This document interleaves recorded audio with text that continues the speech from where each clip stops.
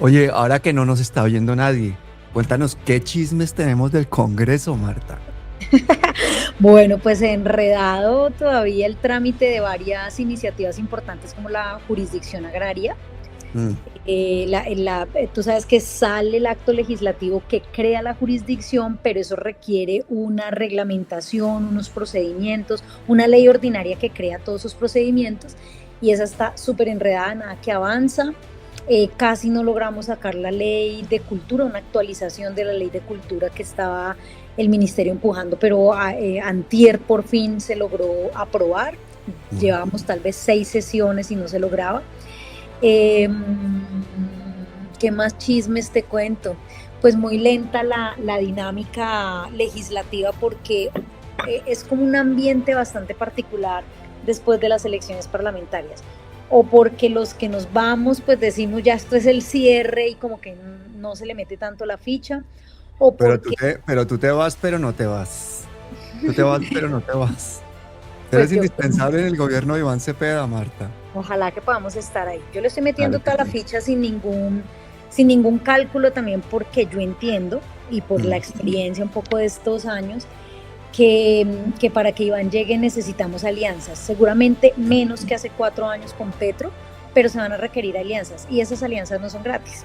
Entonces el tema de ministerios va a estar pues muy restringido, Mm, pero seguramente Iván me va a llamar a acompañarlo en algún lugar. seguro. Entonces estamos ahí, ojalá que se dé. Yo de todas maneras pues estoy apoyando con toda y sin cálculo, pero pues ojalá que Iván me quiera en su equipo. Y yo creo que Vamos a sí, poner, me, vamos me a ha poner un preguntado video. muchas cosas del tema de salud, ¿sabes? Sí, Me, lo sé, es me, que ha, tú me ha fuiste re llamado, clave en esa pelea. Uf, me ha llamado varias veces para decirme, oye, ¿qué piensas de esto? O puedes sí. ayudarme a hacer un documento sobre este tema. Entonces, bueno, chévere, me tiene ahí como referenciada para el tema No, salud. te tiene gran cariño. Mira, por eso quería poner este video para que la gente lo vea. Ujú. De años, Iván Cepeda fue uno de los primeros jóvenes de nuestra generación que decidió enfrentarse a las maquinarias institucionales y decir, podemos llegar al poder por la vía democrática. Si no lo hubiera hecho, hoy no tendríamos un gobierno del cambio, una bancada progresista grandísima y sobre todo la posibilidad de continuar la senda de un proceso de democracia amplia y de beneficio para el pueblo colombiano de a pie. Gracias, Iván, por eso. No, Vamos no. con toda, Iván y Aida en primera.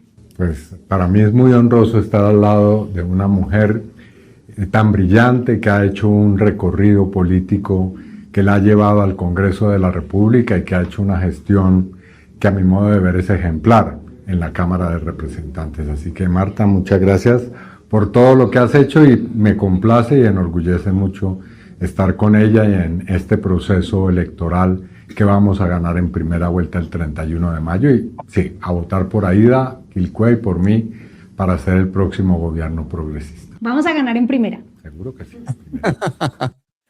Qué chévere. Sí, No, con vamos a Iván tenemos arrancar en una. primera. Sí, Dios quiera que se den las cosas. Yo siento un muy buen ambiente, sin embargo, Mm, no es fácil, ¿no? En las regiones todavía Colombia tiene una serie de clanes políticos muy arraigados, mafias regionales.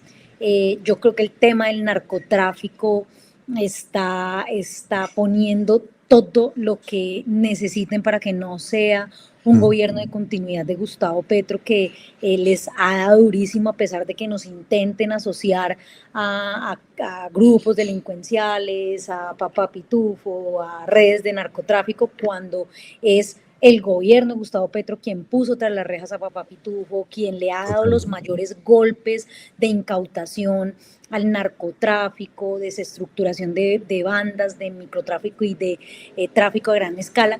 Y yo creo que el narcotráfico va a hacer todo lo que tenga que hacer Sí. para intentar impulsar la campaña, otras campañas, no la de Pero Iván Cepeda. papá Pitufo sigue en Portugal, Marta. Sí, es verdad. Sí, sí, sí. Desafortunadamente no se ha logrado la extradición.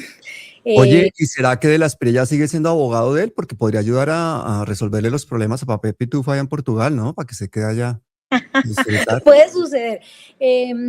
Quién sabe, yo creo que Abelardo de la Espriella tiene una trayectoria de defensa de criminales Muy tenaz, ¿no? muy tremenda en el país y seguramente pues para poder asumir la campaña presidencial debió haber endosado a su pool de abogados los procesos, pero seguramente serán quienes financian su campaña, quienes están ahí detrás de ese poder tan poco transparente, tan oscuro que representa Abelardo de la Espriella para Colombia. Pero a mí no me preocupa tanto hablar de la Espriella porque es que el nombre es tan evidente. A mí me parece como un insulto a la inteligencia de los colombianos que la derecha ponga un candidato tan evidentemente del lado oscuro. Me preocupa más esa lavada de imagen que le están haciendo a Paloma Valencia y esa inflada que le están metiendo a Paloma Valencia y poco a poco, que nos la quieren vender como moderada. ¿Tú qué opinas de eso que ahora resulta que Paloma Valencia Yo creo se nos que volvió del centro? de centro, sí. Yo creo que tiene un muy buen equipo de asesores, eso es indudable. Está ganando terreno en un escenario en donde no lo tenía y eso significa que hay una estrategia electoral importante.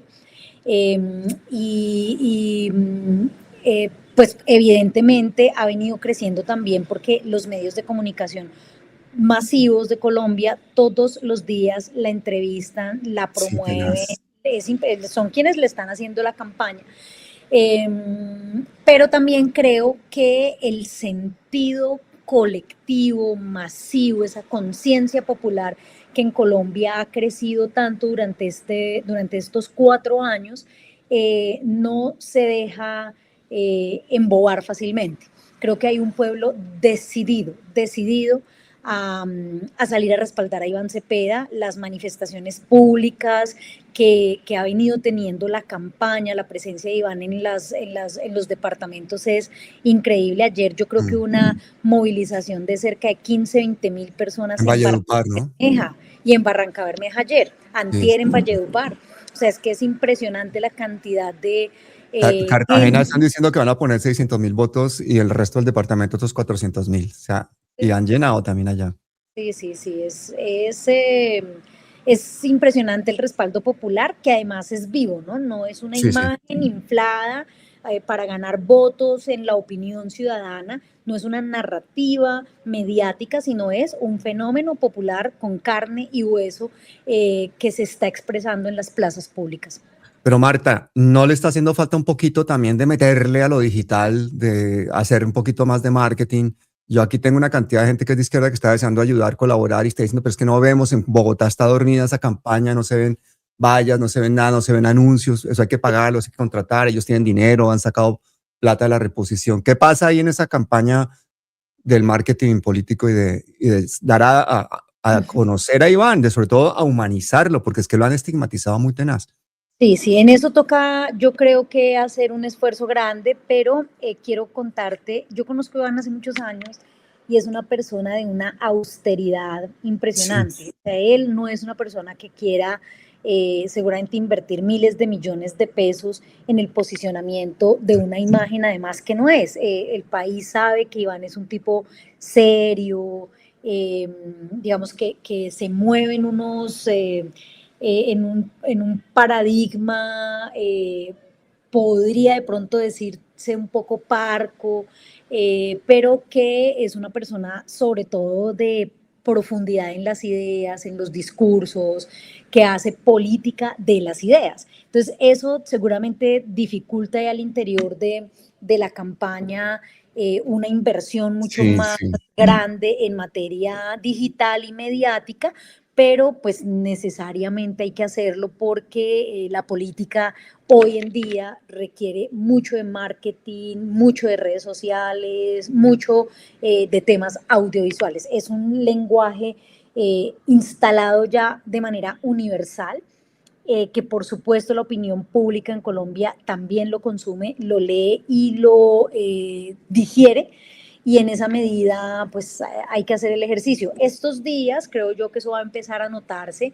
Yo creo que hay una preocupación colectiva en la campaña y en los sectores que venimos respaldando la campaña por ese tema comunicativo de publicidad, y yo espero que ya estos días empiece a No, es resolverse absolutamente vallas, necesario. afiches y Mm. periódicos, etcétera. Todo, hay que inundar todo. Además hay que rescatar a Bogotá. Bogotá está dando unos palpitados Graves, preocupantes. fuertes. Sí, hay que voltear ahí para la izquierda a toda esta gente porque la gente está muy dormida en Bogotá. Y Bogotá y la costa Caribe van a definir prácticamente esas elecciones. Entonces yo creo que sí, hay que metérsela duro. Bueno, tú que conoces tanto a Iván, dime, ya no te voy a preguntar por sus cualidades porque esto evidentemente va a parecer como que estamos regando, mejor dicho, demasiado la parte positiva.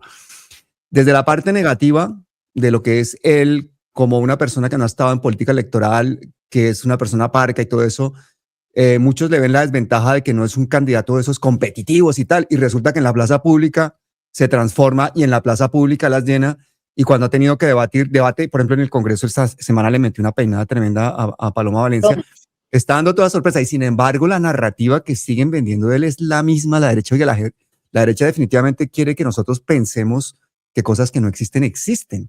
Siguen hablando de un Iván relacionado con las FARC, cuando ni siquiera han sido capaces de aceptar pues el debate de la FARC política. Entonces, sí que se nota que ellos están haciendo una campaña digital muy potente porque todavía muchísima gente tiene una imagen de Iván así como no, como muy destartalada. ¿Qué opinas de esa vaina?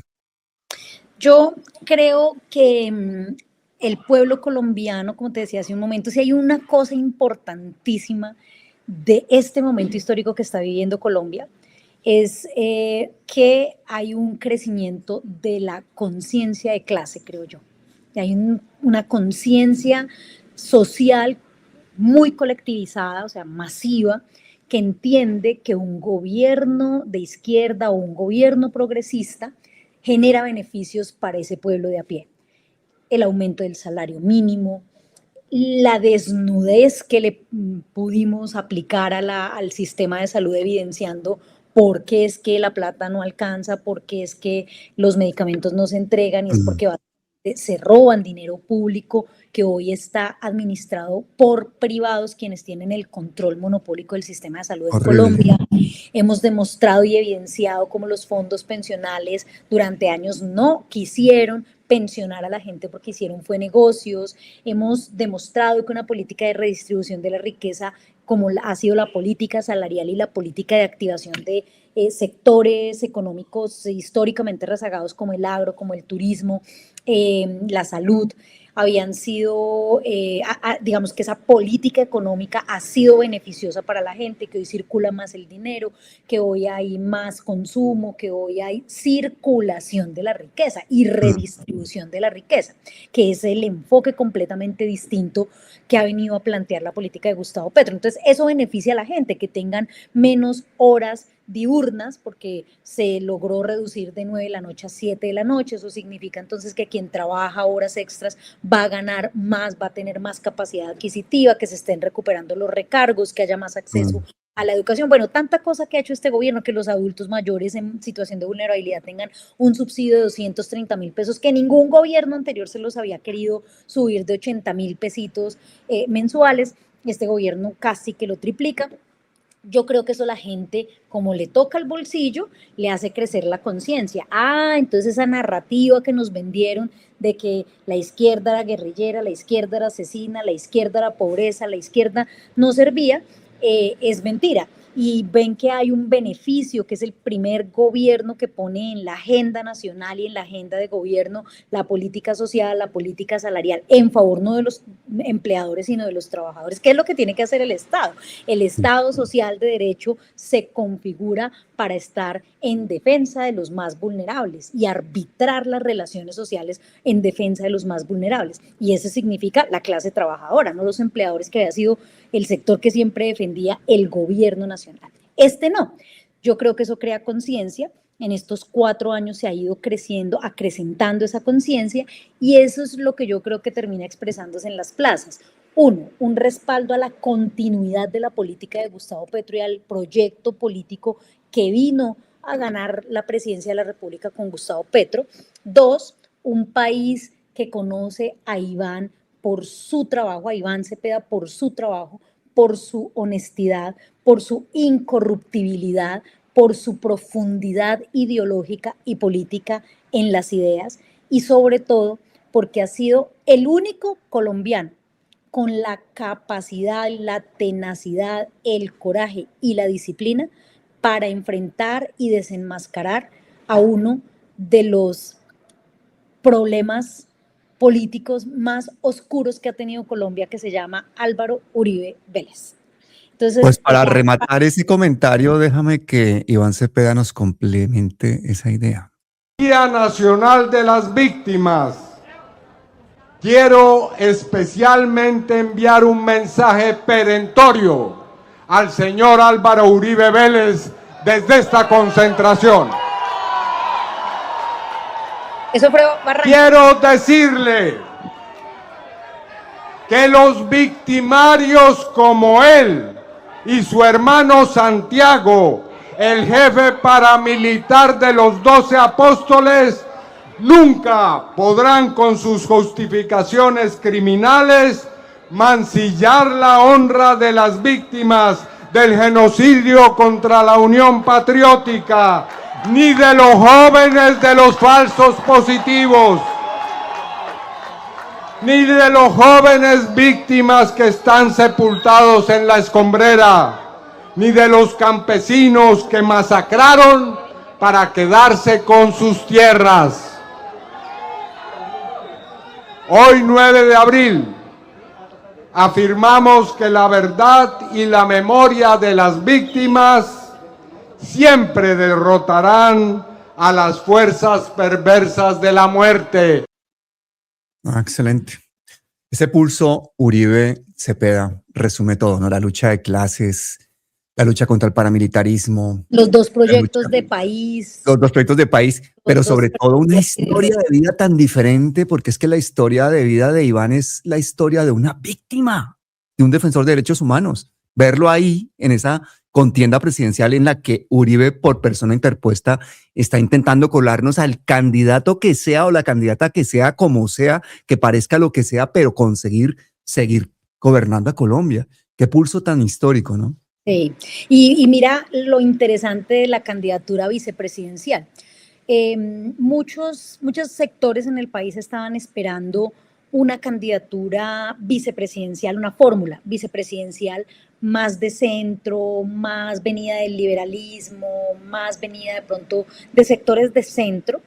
Y la decisión de la campaña de Iván Cepeda es una mujer popular, indígena, víctima también.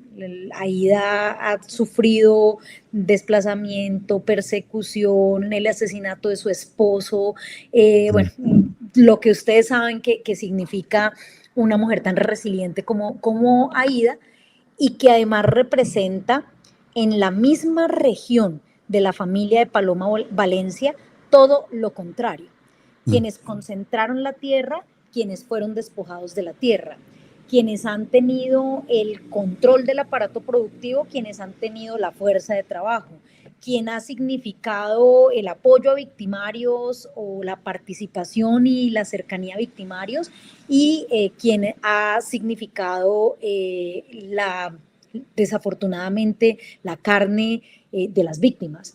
Sí. Entonces es como también un antagonismo muy interesante entre Paloma Valencia y Aida Quilcue en una región en la que las dos tienen incidencia, la una su origen de vida, comunitario, territorial, y la otra su origen familiar y su fortuna.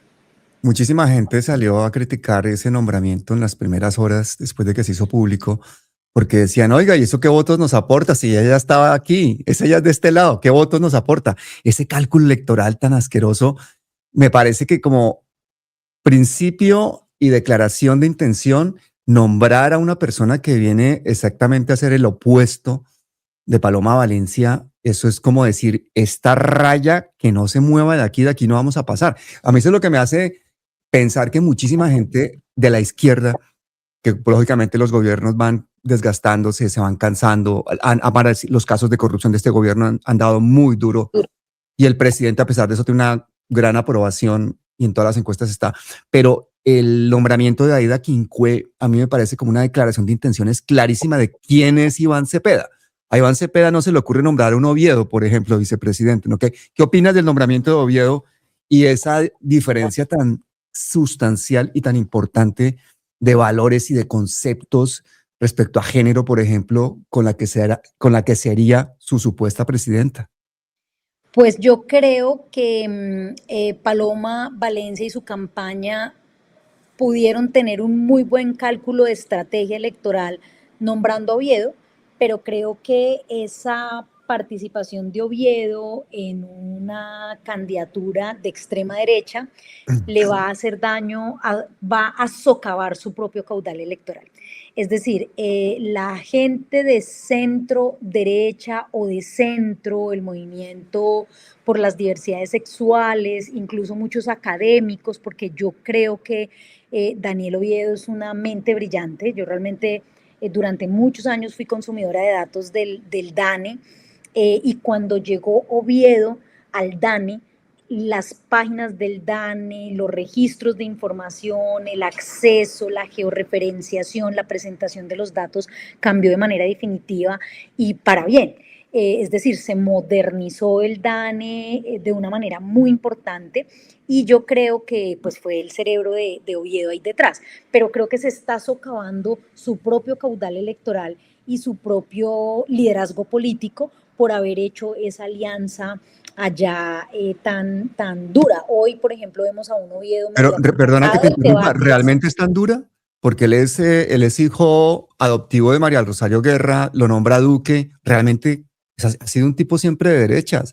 Lo que pasa es que, pues, como ha hablado bien de las cosas positivas de este gobierno. Lo que pasa es que ¿sabes qué pasa? Yo creo que Daniel Oviedo puede ser de derecha, sí, lo ha acompañado la derecha, pero es una persona de mente liberal por su propia historia de vida seguramente, por su propia orientación sexual, por su inteligencia. Entonces es un tipo que no es recalcitrante en ideas de derecha, en antagonismos sectarios. Me parece que eso es lo que hace la diferencia de esa derecha de Oviedo. Y creo que esa ambigüedad que pudiese conquistar un voto de centro cualificado o diverso sexualmente, pues puede socavarse por esa presencia al lado de una candidatura de derecha, sectaria, de ultraderecha.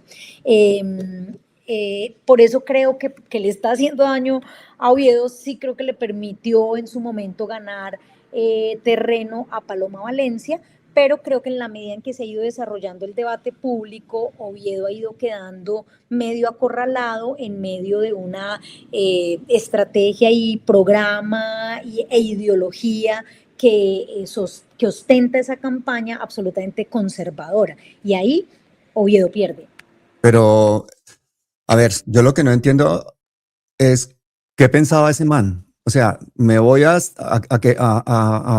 volver a todo el uribismo, cambiar la mentalidad del uribismo. O sea, un uribismo que es homofóbico, yo lo voy a volver proclive a la apertura de toda clase de libertades y de diversidades sexuales.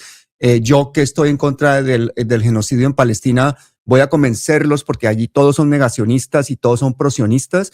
Es decir, todas las líneas rojas que ha cruzado Oviedo para ser vicepresidente de Paloma me parece que son las que el país entero dice, no, hermano, ese tipo no tiene coherencia, puede haber sido un funcionario excelente, puede ser todo lo que tú quieras y caerle bien a mucha gente y muy chévere que se haya vivir a vos a todo lo que usted quiera, pero es un tipo que no tiene claras las cosas para nada. Por ejemplo, imagínate, a mí me parece que es sorprendente tantísima gente que niega el genocidio palestino y Paloma Valencia ha dicho que una de las primeras cosas que haría sería restablecer totalmente relaciones con Israel. Y Oviedo, que se opone totalmente a eso y que sabe perfectamente lo que pasa en Palestina, ¿no le importa con tal de ser vicepresidente? Eso es lo que te digo que lo va a socavar. Que creo, él vio una oportunidad política para sí, pero también creo que hay temas como de jurídicos complejos. Por ejemplo, al haber participado Daniel Oviedo en la consulta de la derecha, se obliga a apoyar a los candidatos con los que él participó en la consulta. Entonces él no puede irse a apoyar ni a Fajardo, ni a Cepeda, ni a nadie más, porque participó en una consulta que jurídicamente lo obliga. Entonces yo creo que el cálculo de Oviedo fue, pues bueno, en últimas me toca apoyar a Paloma Valencia, pues mejor hacerlo desde una posición de poder que además me abre oportunidades como candidato vicepresidencial. Creo que ahí estuvo el cálculo de Oviedo. Pero creo que puede salirle mal. Además, esperamos que le salga mal, pues porque la idea es que gane Iván Cepeda. No, es que ya le salió mal. Yo te digo que muchísima gente que conozco le votó a Oviedo pensando que con eso le iba a hacer daño al resto de la gente o que le iba a quitar peso a Paloma, y le votó mucha gente. Sí. Fue sorprendente la cantidad de gente que le votó, pero mucha de esa gente son votos prestados del progresismo que ya se dieron cuenta de cómo es la vaina. Que no lo van a acompañar, exacto, de acuerdo, que van a acompañar la candidatura de Iván y de Aida, y que esperamos que esa candidatura siga creciendo en ese sustrato popular que somos la mayoría de colombianos. Claro. Oye, ¿qué pasó el Día de las Víctimas en el Congreso? ¿Cómo así? ¿Qué fue lo que pasó? ¿Qué cosa tan fea? Sí, mira, en general todas las sesiones especiales del Congreso de la República tienden a fracasar, no solamente la de las víctimas, nos ha pasado con la sesión especial de mujeres, por ejemplo, en donde se discuten solo proyectos de mujeres, nos ha pasado con las sesiones especiales animalistas, nos ha pasado con las sesiones especiales de jóvenes, o sea, realmente esas sesiones especiales tienen muy poco éxito en el Congreso de la República. O sea, cuando se citan esas sesiones, no sé por qué, pues porque seguramente solo nos quedamos ahí los que tenemos un interés por ese tema, el de mujeres, el de jóvenes, pues a mí, yo siempre estoy en todos porque me interesan estos temas. Ayer la asistencia fue muy pequeña, los discursos de varias de las víctimas fueron bastante duros contra el gobierno, y eso seguramente empieza a repeler pues a muchas de las personas que están en el Congreso representando también una posición de gobierno, que son congresistas de gobierno. Entonces creo que eso también hizo que muchas personas que siempre acompañan los temas de víctimas, que son respetuosas, que además asisten juiciosamente a las sesiones, empezaran a retirarse, porque hubo discursos muy duros de que sí, el gobierno ha abandonado a las víctimas, de que el gobierno no ha hecho nada, de que el gobierno también violó la implementación del acuerdo. Y a mí además me duele mucho, sobre todo por esta imposibilidad de que Colombia avance en una cultura de reconciliación y paz, los discursos tan duros contra los ex-FARC que hoy están en el Congreso. Yo prefiero verlos ahí y no en el monte echando plomo, haciendo daño, reclutando niños, enfrentándose en medio de la población civil y sacándola corriendo, asustándola. Yo prefiero a quienes firmaron el acuerdo de paz en el Congreso y no en las disidencias.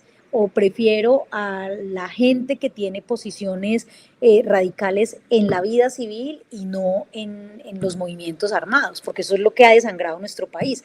Sin embargo, muchos de los discursos ayer de las víctimas eran contra las FARC, cuestionando que estuvieran ahí, y pues yo digo, en últimas, ellos son producto de un proceso de negociación, de un acuerdo nacional para que se desmovilizara una guerrilla de más de 23.000 hombres y mujeres alzados en armas, que ha permitido la paz, la tranquilidad para cientos de municipios, de veredas, de corregimientos en Colombia. Entonces, pues también un discurso tan violento frente a gente que decidió venirse a la paz, pues eso también termina generando en quienes apoyamos los procesos de paz, quienes preferimos que estén aquí en la vida civil y no en el monte, termina desmotivando la participación y la presencia, porque uno dice, bueno, pues se supone que estamos construyendo un lenguaje de paz para que no haya, y de reconciliación para que no haya más víctimas, y venimos a esto duro. Pero también entiendo que hay rabia, también entiendo que hay heridas muy profundas que nos ha dejado este conflicto armado en el país. Me impactó mucho que los congresistas de las FARC se quedaron a escuchar a las víctimas, incluso cuando los estaban atacando de Aguantaron, manera sí. muy fuerte, aguantaron ahí, estuvieron ahí, hicieron un video declarando nuevamente su intención de perdón hacia las víctimas, o de pedirles De perdón a las pedirles víctimas. perdón a las víctimas, claro.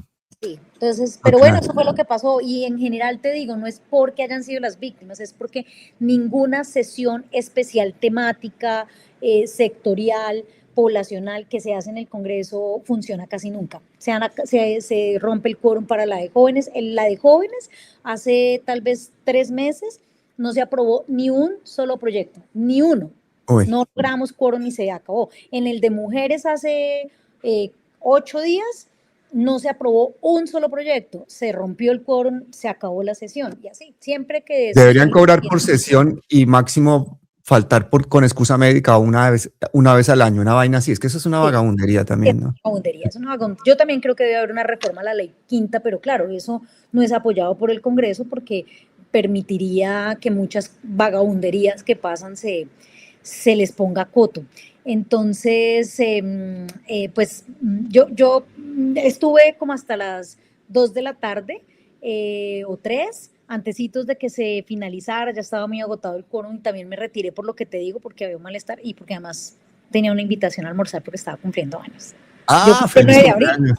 Sí, Qué sí. chévere. Oye, una cosa, me dicen que te pregunte, ¿qué opinas del tema Holman Morris, el tema Caracol, el tema acosos sexuales?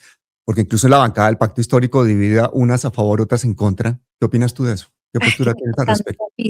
qué tema tan difícil, porque mira, yo soy feminista, pero he aprendido a construir un feminismo también situado, un feminismo que entiende las necesidades de las mujeres en los territorios. Yo trabajo con muchas mujeres campesinas, con muchas mujeres de barrios populares en Colombia, en distintas ciudades del país, y eso me ha enseñado a entender que los procesos de transformación de la cultura patriarcal, de las violencias de género, también tiene que hacerse con los hombres. ¿Por qué? Porque, por ejemplo, yo he llegado a hacer talleres, procesos de formación, escuelas políticas con mujeres en barrios o con mujeres campesinas en veredas, y uno las empodera, las llena de argumentos, las fortalece en sus autonomías, pero ellas tienen unas realidades objetivas a las que llegan y terminan esos discursos generando muchas más violencias contra ellas.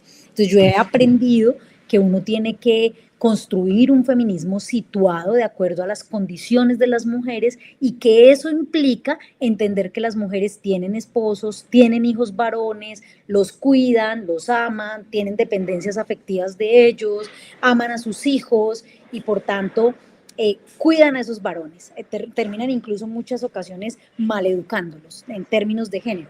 Entonces, este debate es muy complejo porque, por supuesto, yo creo que no debe haber ningún tipo de tolerancia frente a las violencias de género, pero también creo que los movimientos mixtos, los partidos como el Pacto, cualquier movimiento político mixto, el Partido Verde, cualquiera, debe hacer ejercicios de reflexión interna de cómo deconstruir esas masculinidades patriarcales y violentas, cómo prevenir esas violencias, pero también cómo transformar pedagógicamente esos escenarios cuando suceden. Entonces es muy berraco, o sea, Holman Morris es un tipo que ha hecho un papel importante frente a RTBC, que es una persona, digamos, con una visión estratégica y muy importante de los medios de comunicación en Colombia. Yo creo que es el único medio de comunicación que ha permitido visibilizar lo que ha hecho el gobierno nacional, que tiene presencia en las regiones, que organiza un sistema de medios públicos con una claridad ideológica y con una línea editorial de gobierno, pues porque es además el medio público. Pero por supuesto, pues todos estos casos de acoso sexual, de violencia sexual que tienen contra, pues dejan muy mal parado al gobierno, sobre todo cuando está al frente esta persona que tiene esas acusaciones de una institución que genera o que debería generar transformaciones culturales.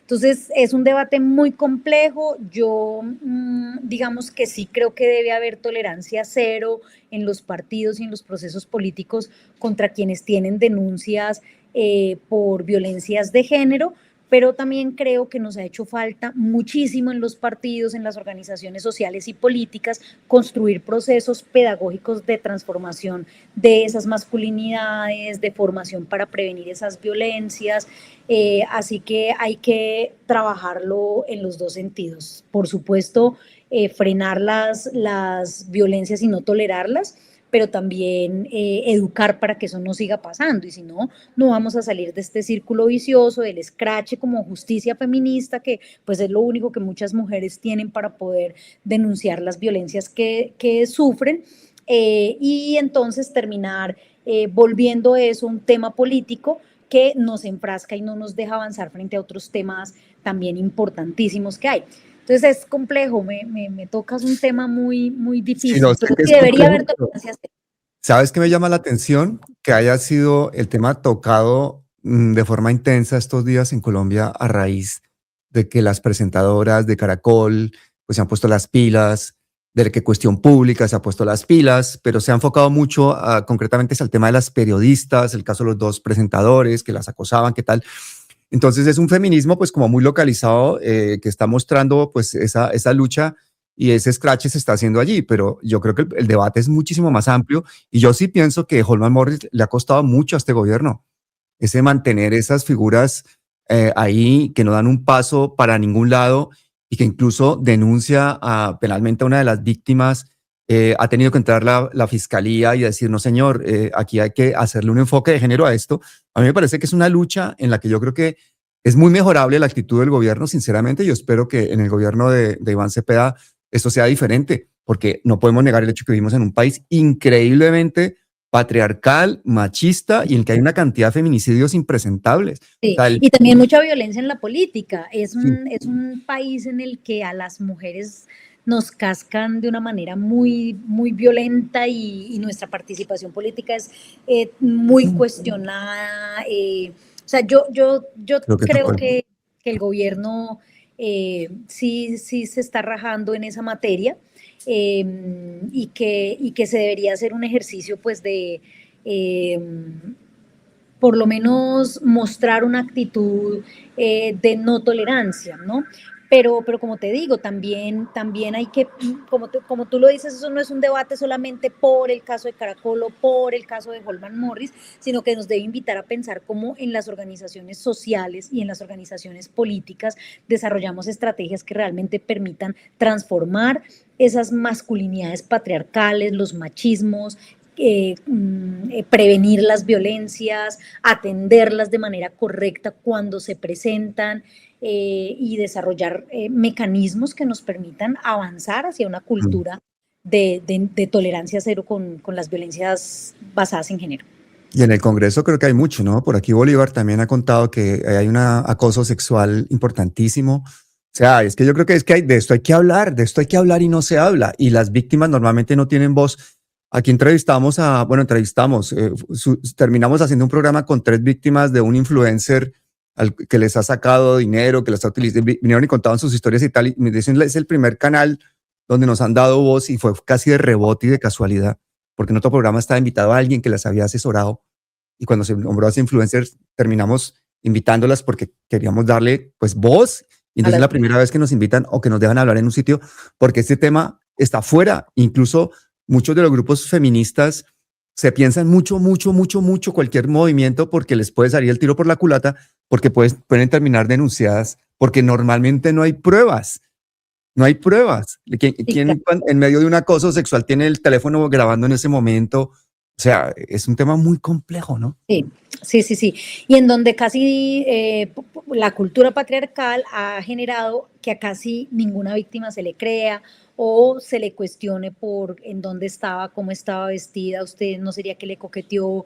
Se lo buscó. Se lo buscó, ¿no? Uy. Entonces, esto es un tema muy difícil, muy complejo, muy cultural e ideológico, y por eso tiene que haber mecanismos.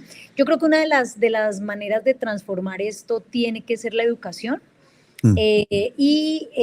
La cultura política. Por eso los partidos tienen que tener protocolos de prevención y las organizaciones sociales también, porque también tú cómo evitas que haya una violencia basada en género si no has educado a tu militante para respetar, Claro. para entender que ciertos comportamientos son violencia de género. Hoy Mm.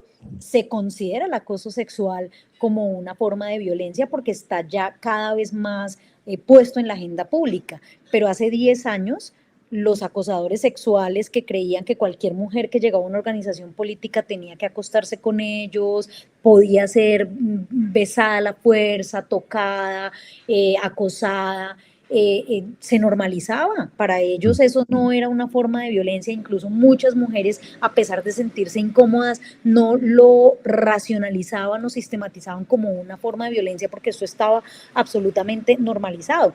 Se ha venido cuestionando, se ha venido diciendo eso no es normal, eso no tiene por qué pasar al interior de una organización política o de una empresa o de una institución educativa, y eso ha ido creciendo la conciencia de las mujeres frente al acoso sexual y la denuncia del acoso sexual, que cada vez es más frecuente.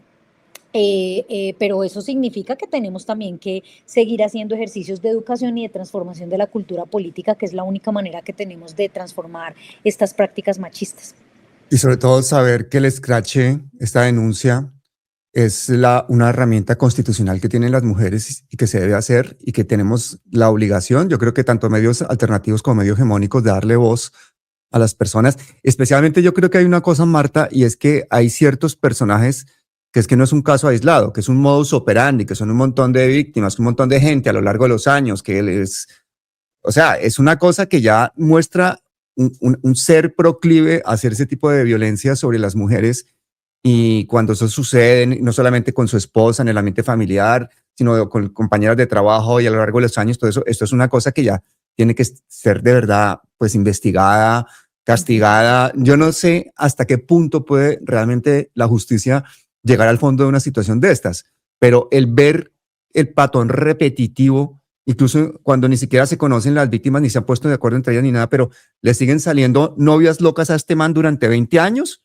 todas despechadas, todas buscándole la vuelta. No, eso ya es muy sospechoso. Ayer precisamente teníamos una conversación muy interesante sobre este tema con compañeras feministas del Tolima, y yo les decía, yo creo que hay que buscar herramientas pedagógicas que al interior de nuestras organizaciones nos permitan hacer procesos de transformación de esas personas, de esos hombres que tienen prácticas machistas. Y ellas decían, esa no es nuestra responsabilidad, uno, pero dos, una cosa es hacer proceso educativo para prevenir, para transformar prácticas, y otra muy distinta, tener que aguantarnos a violentadores sistemáticos, porque hay, como tú lo dices, en esos casos violentadores sistemáticos que les aparece uno, otro caso, otra chica que dice, sí, a mí también me acosó, me hizo sentir incómoda, me mandó fotos, me intentó tocar, bueno, qué sé yo.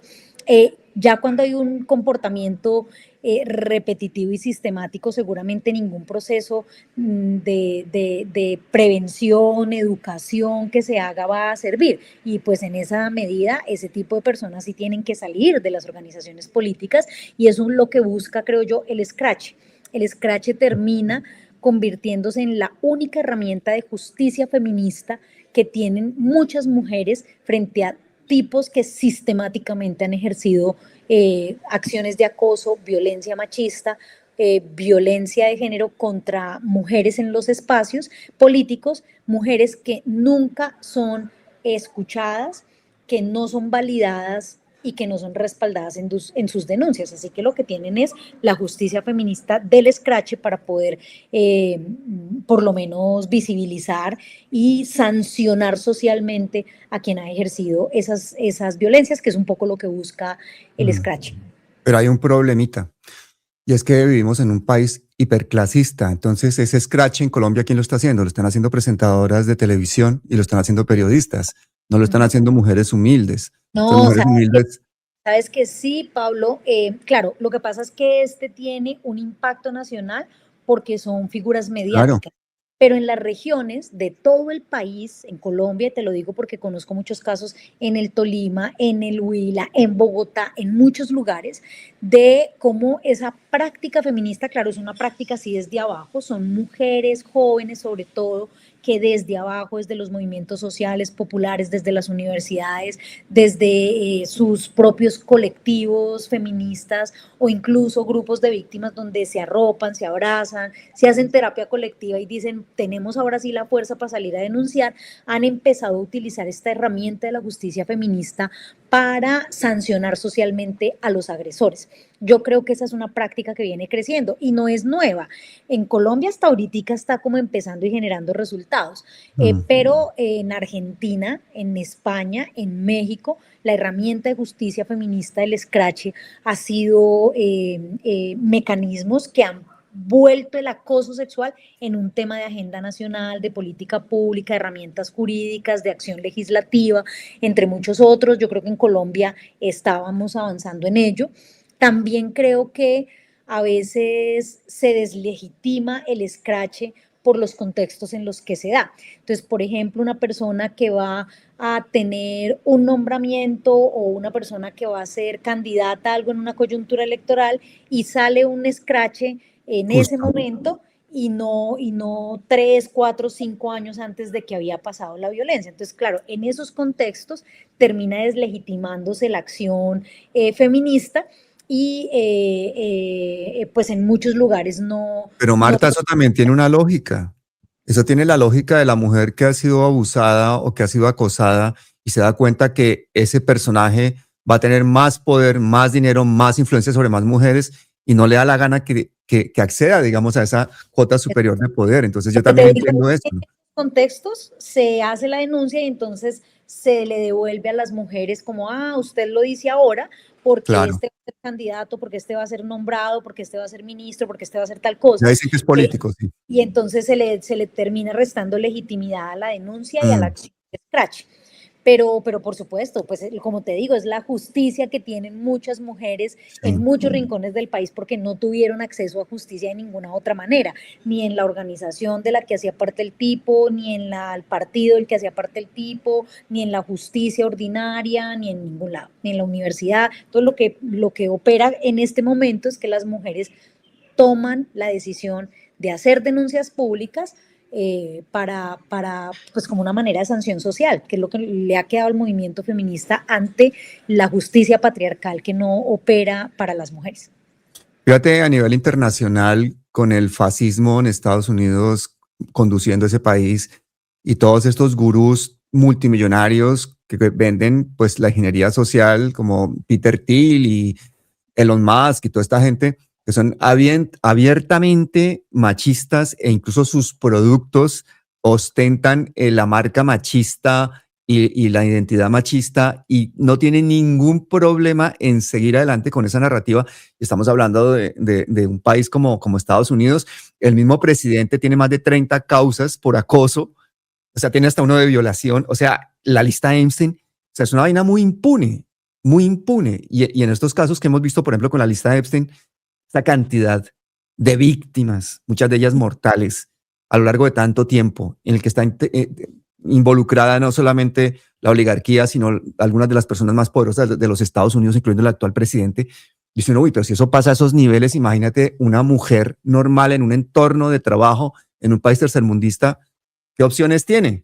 Entonces yo creo que también esa figura del escrache y esa democracia que nos dan de alguna manera limitada a las redes sociales para poder expresarnos, me parece una herramienta desesperada, pero muy válida, ¿no? ¿Qué opinas tú de eso?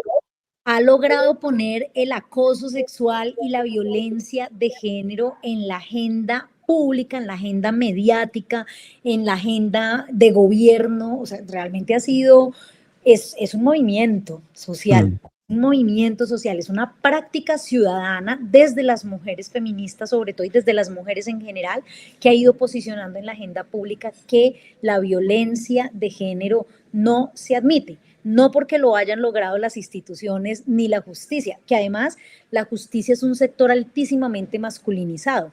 La mayoría de los jueces, de los Son fiscales, hombres. en el sector justicia, en la rama judicial, en los países al menos de América Latina, son hombres y por tanto legislan con una ideología y con una cultura en la que además fueron formados. Los pensum académicos, los currículos con los que se forman los abogados, no tienen enfoque de género en su mayoría. Miren, nosotros, por ejemplo, porque yo, bueno, he trabajado con muchos movimientos de mujeres, he trabajado en protocolos de atención a violencias de género y hemos identificado, por ejemplo, que los currículos de medicina o de enfermería no incluyen temas como la interrupción voluntaria del embarazo en Colombia, a pesar de que tienen incluso un marco normativo en el país. Que, por ejemplo, los pensum de abogados no incluyen el tema de violencias de género. Entonces, claro, esas son transformaciones que también tienen que hacerse desde las instituciones que desafortunadamente no han avanzado a la misma velocidad de la cultura ciudadana y en cambio las mujeres si vienen diciendo no, qué pena, no nos aguantamos más esto, pues si ustedes no lo hacen, lo hacemos nosotras desde abajo. Y creo que eso es lo que te digo, ha ido expresándose, por supuesto, en casos de alto impacto mediático como el de las periodistas de Caracol, pero creo que también vienen sucediendo este tipo de herramientas feministas de sanción social, de denuncia pública, de justicia feminista en las regiones, en las organizaciones sociales y demás. Tú que conoces a Iván Cepeda de hace tantos años y ya para terminar esta entrevista que me ha parecido muy buena esta conversación, no pensé que termináramos hablando de feminismo.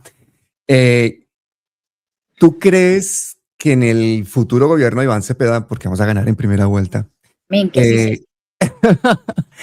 ¿tú crees que el tema del género, el tema de los acosos, el tema del machismo va a ser diferente en el gobierno de Iván Cepeda al gobierno de Petro?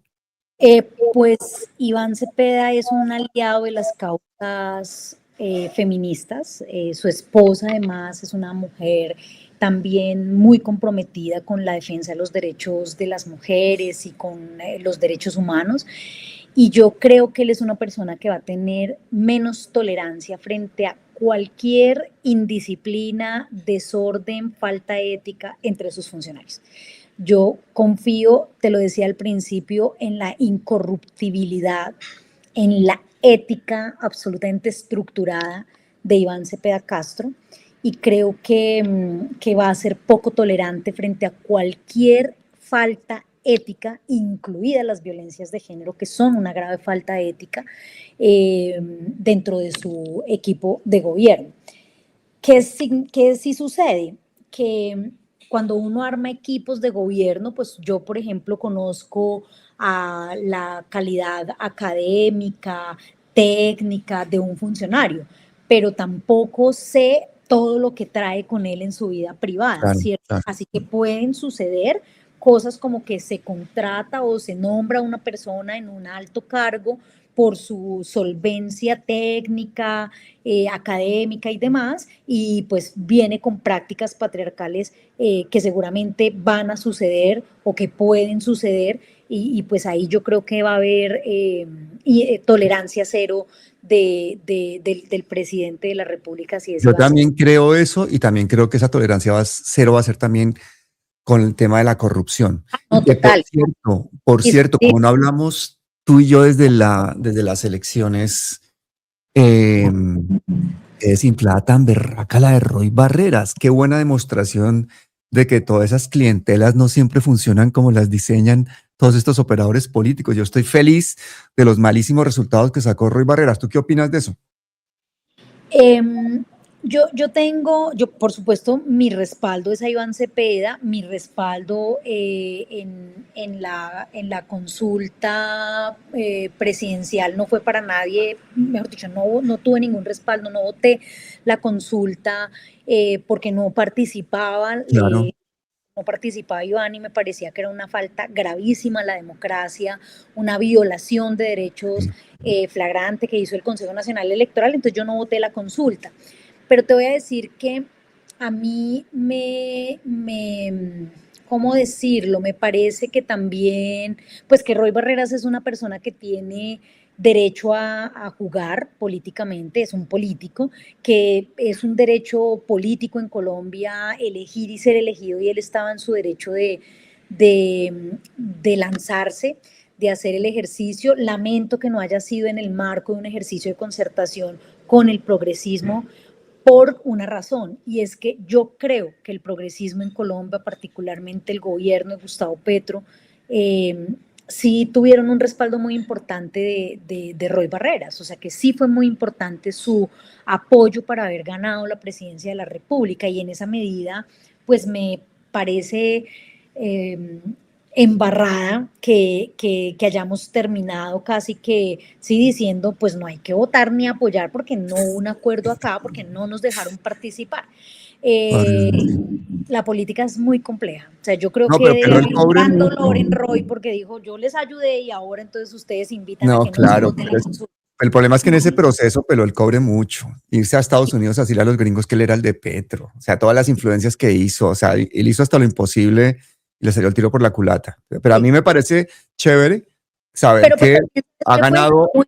la muestra de un proceso de madurez política que está teniendo el pueblo colombiano y la opinión Exactamente, pública, en donde exactamente. está diciendo o estamos en un lado o estamos en el otro, pero no hay tintas medias, que creo que fue, por ejemplo, lo que nos pasó a muchos del verde, ¿cierto? Que terminamos quemándonos porque siendo progresistas, siendo de izquierda, Sí, estábamos en el lugar equivocado, estábamos en un partido por el que no iba a votar ni la izquierda, ni la gente que está promoviendo el cambio, ni la gente que tiene posiciones políticas progresistas. Ahí se votaba o por el pacto, ¿cierto? Que era el progresismo, o que es claro, hoy el fenómeno progresista, pero no por el verde. Eso, por ejemplo, a mí me termina cobrando factura en las elecciones parlamentarias. Y total. no solamente a mí, a Inti, Asprilla, León Uy, ahí Freddy, también, Muñoz, sí. al verde como partido en general. Entonces, creo que lo que sucedió y que está sucediendo, no que sucedió, que está sucediendo en lo electoral, es que se está expresando esa confrontación ideológica de dos proyectos mucho más claros hoy, mucho más estructurados, porque lo que habíamos tenido hasta antes de Petro era una cantidad de partiditos variopintos, que uno no sabe si son de derecha, izquierda, de centro derecha, de centro izquierda, de centro, ¿no? O sea, es una cosa que tampoco le hace bien a las democracias. Mira cómo, por ejemplo, en Europa los partidos son mucho más, los bloques ideológicos son mucho más compactos, ¿sí? Sí, Son mucho más, claro, también hay muchos partidos, pero menos que en Colombia. Es que Colombia tiene 35 sí, es partidos, más exagerado. los que han perdido la personería jurídica por temas electorales o por temas legales, son más de 35 partidos, ¿sí? Entonces uno dice, ¿será que existen 35 ideologías? No, existen derechas, izquierdas, centros, pero revueltos en una cantidad de estructuritas que hacen muy difícil que sea claro el espectro ideológico y por tanto una plataforma política por la cual la ciudadanía pueda optar. ¿Sí? A mí lo que me parece chévere de esta polarización que tiene el país es que se están decantando esos programas y esas plataformas políticas y eso es mucho más transparente con la ciudadanía. O estás Claro. acá o estás en favor de esto otro. Uy, eso se le aplica muy bien a Claudia López, que ya dijo que no iba a votar por Iván Cepeda, pero que de pronto por Paloma Valencia posiblemente, quién sabe, a lo mejor. ¿Qué opinas de esa vaina? Siendo del verde también. Por otro lado, Ariel Ávila, que en estos días lo tenemos por aquí, se viene para este lado. O sea que Hubo el martes evento masivo de adhesión. Esperábamos 1.000 personas y llegaron más de 2.000, espectacular, no sí. pudieron entrar al sitio, se desbordó la asistencia. No, pero además ese día Ariel decía una cosa muy interesante y es, ¿en dónde más podemos estar si aquí hemos estado del lado de la denuncia de los corruptos, de la denuncia de los falsos positivos, de la denuncia de las redes criminales que ¿Dónde más va a estar? se involucran o infiltran el Estado? ¿En dónde más voy a estar yo? ¿Dónde más va a estar esta tendencia verde progresista si no es con Iván Cepeda, que es quien representa esas luchas contra la corrupción, contra los violentos, por los derechos humanos, por la ética pública? Así que Pero ¿y Claudia López qué? no sé, yo realmente creo que va a participar en esta primera vuelta, pues porque ya le toca, porque también participó en una consulta, tiene que ser candidata en la primera vuelta, pero si llegase a haber segunda vuelta, yo lo que creería es que Claudia López preferiría quedarse quieta, porque irse a la derecha pues es su muerte política. Total. Y creo que tendría muchas resistencias de venir a apoyar. Ojalá Iván pudiera lograr un diálogo con ella, pero creo que si hubiese segunda vuelta, también ese bloque de Claudia López, de Angélica Lozano, dudaría mucho en venir a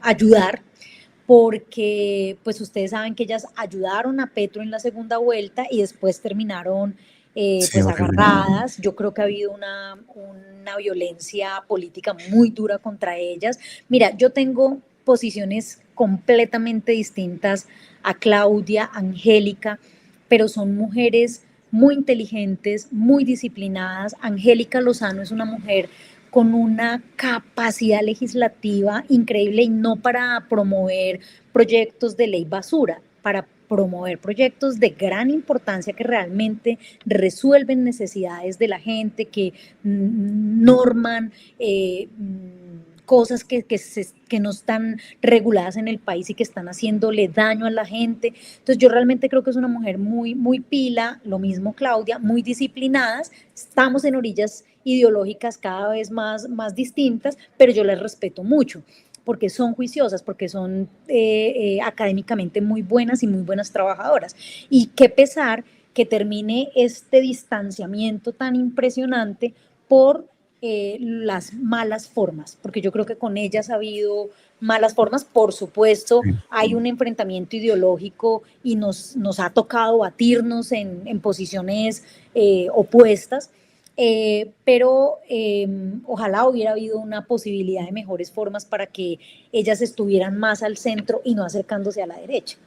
Sí, tienen una salida digna bastante difícil, tanto Claudia López como Sergio Fajardo, ¿no? Con esa polarización. Ese centro se ha desvanecido bastante y ha perdido mucha fuerza. Bueno, Marta, es de verdad, un placer siempre que vienes a Palabras Mayores. Aprendemos un montón, la pasamos muy bien. Espero que vengas muchísimas veces en estos días, estas semanas que vamos a estar de campaña electoral, para que nos vayas contando un poquito y descifrando todo lo que está pasando allá en el Congreso. Bueno, muchas gracias a ti, gracias por el espacio. También es un placer siempre conversar contigo, y un abrazo inmenso a la ciudadanía que sigue este medio y que sigue Palabras Mayores y lo hace grande y sostenible en el tiempo. Muchísimas gracias, Marta. Cuídate mucho. Abrazo, que estés bien. Chao. Vengo a presentar mi nombre ante el pueblo colombiano como precandidato del Pacto Histórico a la presidencia de la República.